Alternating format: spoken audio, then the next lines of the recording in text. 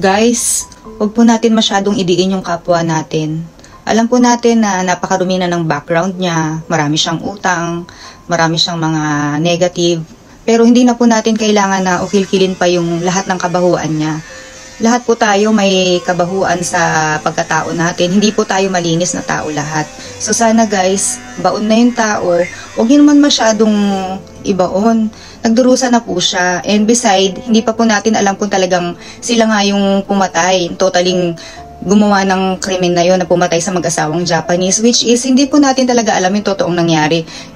Possible po na part po sila ng crimes, pero hindi pa po napapatunayan na talagang sila ang pumatay sa mag-asawang Japanese. Kaya guys, ang sakit po para sa akin na nakikita ko po hachikuchi sa lahat ng mga vlogs, mga Pilipina, negative sides, mamamatay tao, maraming utang. Lahat tayo guys, dumaraan sa part na meron tayong problema. Pero ngayon, nagdudusa na sila. Kung sila man ang gumawa ng kasalanan na yun, nagdudusa na po sila. Pero, huwag na po nating git-gitin, ibaon sa putikan lalo yung kapwa natin. Kasi, yung reputasyon po natin mga Pilipino, lalo na po dito sa Japan, yung lalong nasisira. Sa ginagawa po natin, lahat po ng reputasyon natin, parang, inaano natin lalo para ma-discriminate lalo yung mga Pilipino. Kasi, wala po tayong nakikita kundi puro negative side ang sinasabi nyo against sa kapwa natin Pilipina. Imbis na, pag-pray natin sila, natin kung ano yung talagang nangyari.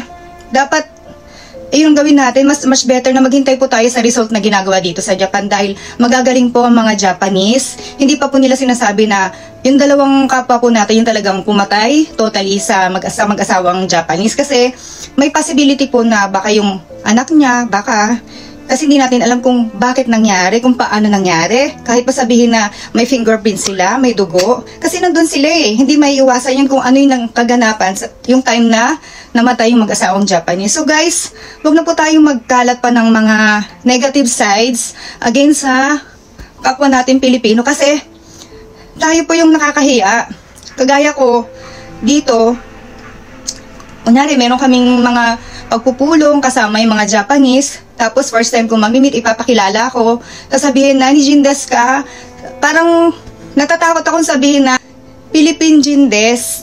Natatakot akong sabihin na Pilipina po ako kasi araw-araw sa news nalabas po yung balita against sa Pilipina na pumatay sa mag-asawang Japanese. So guys, wag na nating dagdagan ang bigat at ang mga negative sides na sinasabi natin against sa kapwa natin. Ang gawin na lang po natin, mag-pray tayo na lumabas po talaga yung katotohanan. Kung sila po yung pumatay talaga, magdudusa po sila. Magaling po yung dito sa Japan.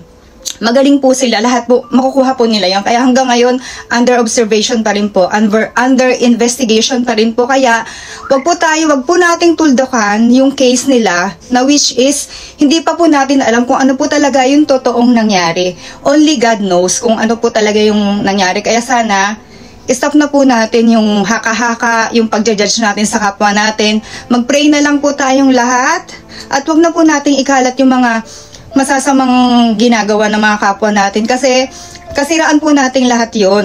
Hindi lang yung kapwa mo na si Hazel or Brian yung napapasama. Lahat po tayo napapasama. Dapat po, stop na lang po natin mag-pray para po matigil na po ito. Yun na lang po abangan na lang po natin yung talagang investigation dito sa Japan kasi napakagaling po ng mga Japanese at wala pong lihim na hindi maitatago dyan.